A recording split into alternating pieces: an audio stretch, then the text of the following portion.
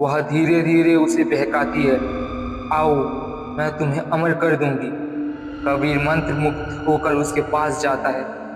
तभी अचानक उसका चेहरा भयानक रूप ले लेती है। रात का समय था।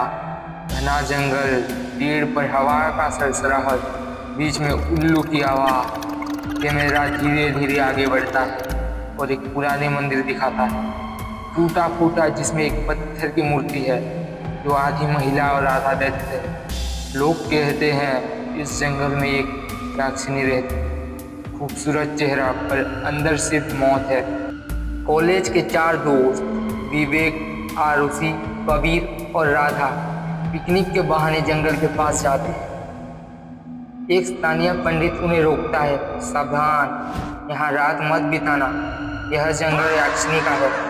दोस्त उसका मजाक उड़ाते हैं और रात वहीं कैंप करने का फैसला करते हैं। रात में राधा को दूर से वाणी की मधुर धुन सुनाई देती है। वह संगीत की तरफ खींची चली जाती है। अचानक धुन रुक जाती है और उसके सामने एक खूबसूरत औरत खड़ी होती है। लंबे बाल, लाल साड़ी, पैरों में पायल। लेकिन कैमरा धीरे धीरे नीचे जाता है। उसके पैर उल्टे हैं। राधा चीखती है। बाकी लोग दौड़ कर आते हैं, लेकिन वहाँ खून के धब्बे मिलते हैं। Camera top shot.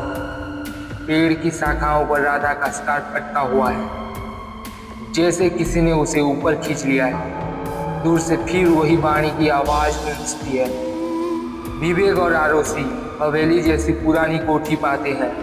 अंदर एक तहखाना है जहाँ पुरानी पांडुलिपियाँ रखी है। उसमें लिखा है, सैकड़ों साल पहले इस गांव में एक औरत यामिनी को बेवजह जादू टोना के आरोप में मार दिया गया। उसकी आत्मा याक्षिनी बनकर जंगल में बस गई है।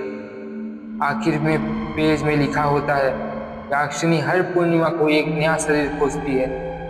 कबीर अचानक अकेला रह जाता है। उसके पीछे से वही खूबसूरत औरत दिखती है। वह धीरे धीरे उसे बहकाती है। आओ, मैं तुम्हें अमर कर दूंगी। कबीर मंत्र मुक्त होकर उसके पास जाता है। तभी अचानक उसका चेहरा भयानक रूप ले लेती है। काली आंखें, लंबे जीभ, नुकीले दांत। याक्षिनी उसकी छाती चीरकर दिल निकाल लेती है और उसे हंसते हुए गायब हो जाती है। विवेक और आयुषी भागते हैं। जंगल में रास्ते बंद होते जाते हैं। हर तरफ वही वाणी की गूंज। ये मेरा 360 डिग्री घूमकर दिखाता है। हर पेड़ की छाया में याक्षिनी का चेहरा झलकता है। आरुषि रहते हुए कहती है, हम कभी यहाँ से बाहर नहीं निकल पाए। विवेक को याद आता है कि पांडुलिपि में लिखा था, याक्षिनी का श्राप तभी टूटेगा जब कोई अपनी इच्छा से उसका सामना करेगा और बिना डर के उसके नाम का जाप करेगा। विवेक ने हिम्मत जुटाकर याक्षिनी को ललकारता है। याक्षिनी प्रकट होती है। पूरा जंगल अंधेरे में डूब जाता है। विवेक आंखें बंद करके उसका नाम 3 बार जोर से बोलता है, यामिनी, यामिनी, यामिनी। याक्षिनी दर्द से चिल्लाती है। उसका रूप धुएं में बदलकर गायब हो जाता है। अगली सुबह विवेक और आरुषि थके हुए जंगल से बाहर निकलते हैं। गांव वाले उन्हें देखकर राहत की सांस लेते हैं। पंडित कहता है, शायद अब यह जंगल श्राप से मुक्त हो गया है। आरुषि आईने में बाल संवार रही है।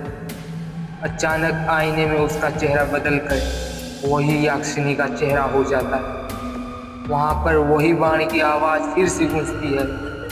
आरुषि की आंखें सफेद और होंठों पर हल्की मुस्कान।